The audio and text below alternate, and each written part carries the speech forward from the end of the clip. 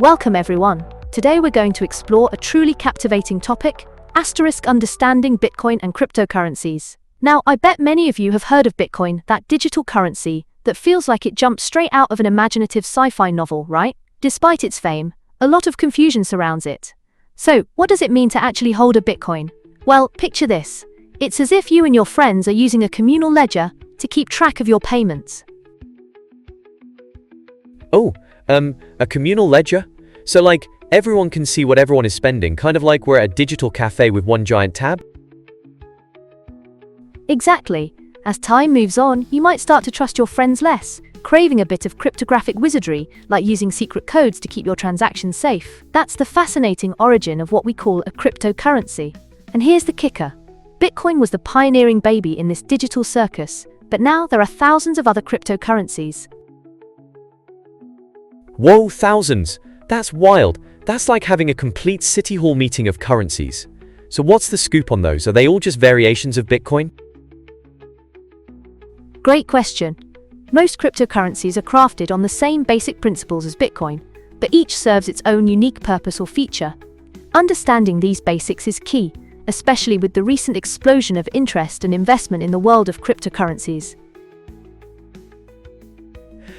So it's like stepping into a candy shop filled with various kinds of gummies, but fundamentally they're all still gummy candies, right? Spot on. As we engage with cryptocurrencies, grasping the mechanics behind transactions is crucial.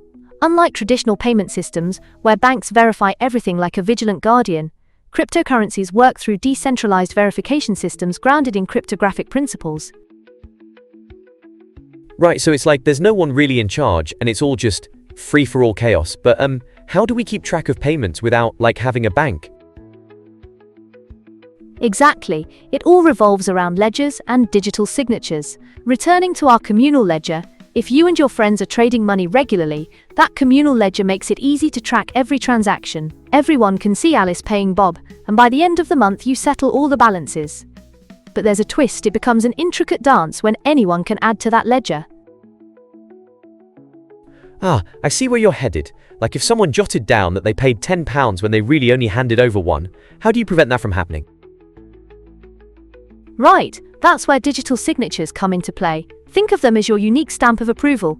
Only you can apply your signature to your transactions. Each participant generates a public key to share, and a private key that must be kept secret. It's like having a fortified vault for your prized possessions. Oh, so if someone tried to forge your signature, they'd have to, like, break into your vault? That's a solid security measure. Exactly. But as we delve deeper, we find that digital signatures alone don't answer all our questions. What happens if someone tries to spend more than what they've recorded? That's when we introduce a unique identifier within each transaction message. It's all about ensuring every transaction is coupled with a distinct signature, building trust among all participants. So kind of like having a unique receipt number at a shop that links back to your transaction.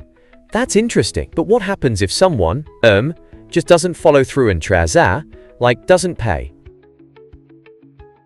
Good catch. In that scenario, everyone could contribute a set amount to a communal pool, acting as a buffer to prevent overspending during transactions. You'd be working from a ledger that doesn't rely on actual currency, which is how the term ledger dollars was born. Wow, so hypothetically I could trade ledger dollars with my mates without ever fiddling with real cash? That's bonkers! Precisely.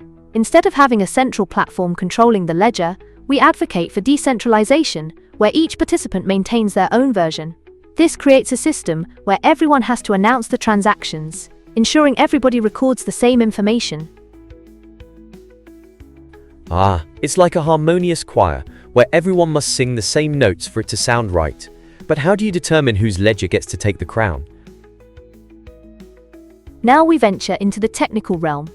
The Bitcoin white paper introduced a method grounded in computational work. The blockchain, which is a sequence of linked transaction blocks, relies on the computational effort that goes into validating those transactions. So it's like a brainpower showdown? The one who crunches the numbers the quickest gets to determine what's deemed valid? That's fascinating. Exactly, and it all hinges on cryptographic hash functions that process data to yield outputs that seem random.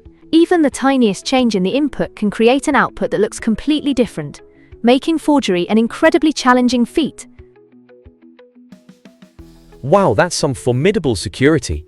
I can just imagine a secret agent attempting to fake a transaction, but getting stopped in their tracks by a hash function. So miners are the heroes, validating everything, right? Right again. Miners tackle intricate puzzles to confirm blocks of transactions, and in return they earn ledger dollars through block rewards. Think of it as a lottery system. Miners compete to introduce new currency into the ecosystem. Whoa, so that's what gives Bitcoin its times value terms, because it's a challenge for everyone involved in it? That makes sense. Absolutely. And when you hear about competing blockchains, the recommendation is to trust the longest chain.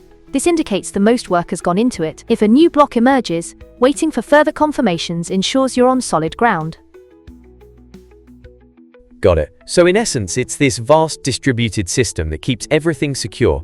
But, hang on, doesn't Bitcoin's transaction speed trail behind something like Visa? Absolutely. Bitcoin does operate at a slower pace than traditional systems, which can lead to elevated fees and limit its capacity. But this discussion provides a foundational understanding. It helps newcomers grasp the technology's core aspects and skillfully navigate its complexities. Wow, there's so much more to it than I ever imagined. This has been enlightening.